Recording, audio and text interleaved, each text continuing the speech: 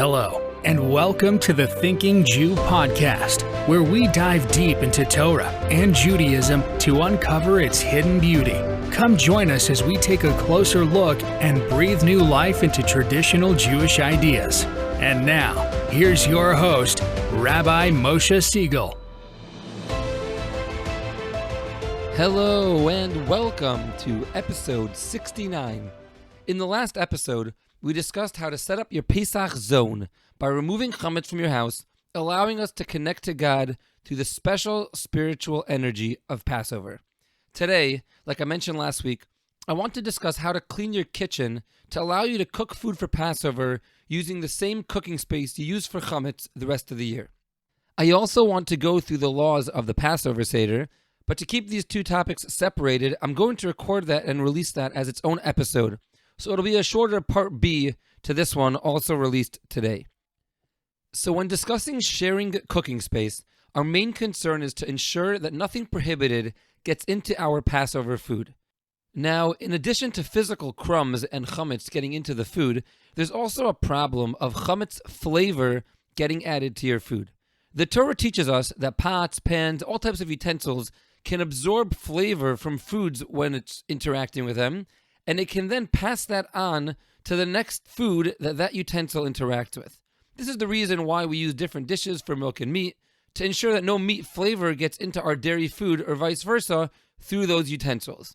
And on Pesach as well, we need to avoid chametz flavor from getting absorbed into one item and then subsequently getting cooked into our Pesach food. The process for this is basically the same as when we kasher any utensil that became unkosher, and the specifics depend on the item, as we'll see. The general concept of making an item kosher is called kibolo kach polto, which means the flavor exits the same way it entered. So if chametz flavor entered your pot through cooking in hot liquid, we kasher it through putting the pot into another pot of boiling water. If an item is used with dry heat, we kasher that item with dry heat. So let's go through the basic kitchen items and discuss practically how to kasher each one. Obviously, we're not going to cover every single item that might be in your kitchen, so if you have any specific questions, you can feel free to reach out to me. Let's start with the major appliances. The most important area is probably the stovetop or range. There are two types of ranges, gas and electric. Regarding gas ranges, your grates heat things directly, so you have to kasher your grates with direct heat. The way you do this is to clean the range top, and especially the part below the grates that catches the food called the dripples. Make sure you get rid of all of the food out of that, and then cover that whole area with tin foil. Then, to kasher the grates themselves, leave the flame on them for 20 minutes so they can get very, very hot, and then your range is kosher for Pesach. If it's possible, I'd suggest you could buy new grates for Pesach as well as buying new dripples. They're both relatively cheap and you can get them on Amazon. Once you purchase those, if you buy them new, you can save them from year to year. And if you use those, you obviously will not have to cover them or do anything more for them to use them on Pesach. If you have an electric range, then there are two types.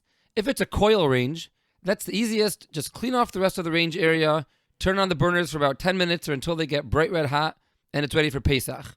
Regarding the drip bowls, it's the same as by gas. Either, again, ideally buy new drip bowls, or if not, clean the old ones very well and cover them in tin foil. If you have a glass top electric range, it's a little more problematic to make kosher for Pesach. Ideally, we avoid kashering glass for Pesach. However, practically, if you have one and need to use it, you can turn on all four burners at the same time for 30 minutes and then use it on Pesach. However, when you do this, you should be very careful to not let any food that you'll be eating on Pesach actually touch the glass top directly.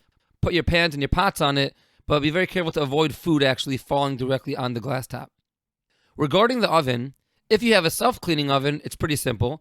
The only issue is that the self-cleaning oven doesn't clean the door 100%.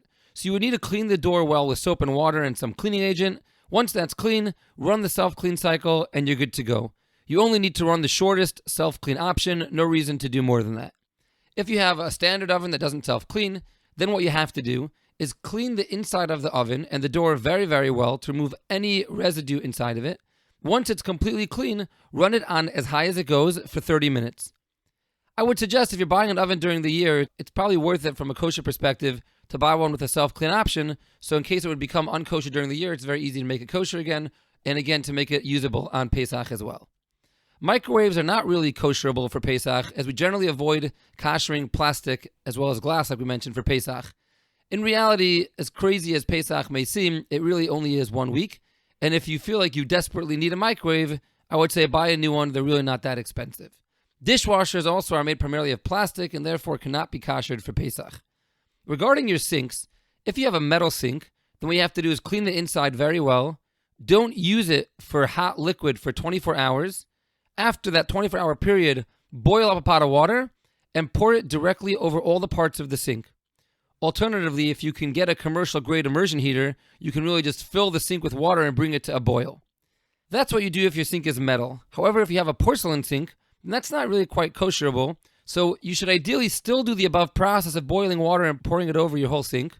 But here you should do that 3 times, and then ideally it should be covered after that as well. The easiest way to do that is to buy a plastic sink insert, which is readily available online and can be reused each Pesach. The general rule with flavors getting transferred through a vessel or utensil is that it only happens when the food is hot, but cold generally cannot transfer flavor. Therefore, refrigerators which are used for cold items don't need to be koshered for Pesach. However, there are often crumbs inside of it, so it needs to be cleaned out well and wiped down from any chametz residue.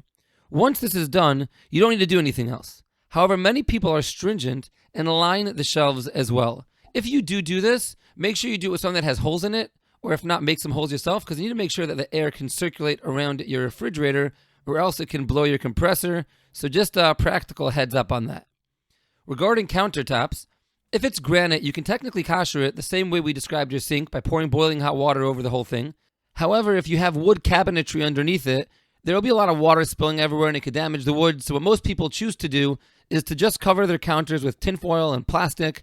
I personally use corrugated plastic, which you could buy at Home Depot or Lowe's. It comes in these big sheets. It's a non-absorbent plastic. If you Google it, you'll see exactly what I'm talking about. Super easy to cut into size exactly to the shape of your counters. We save these from year to year as well, so it's a one-time investment and it's not that expensive. Tables that you eat food at should be covered, as you shouldn't eat directly on the same table you eat year-round.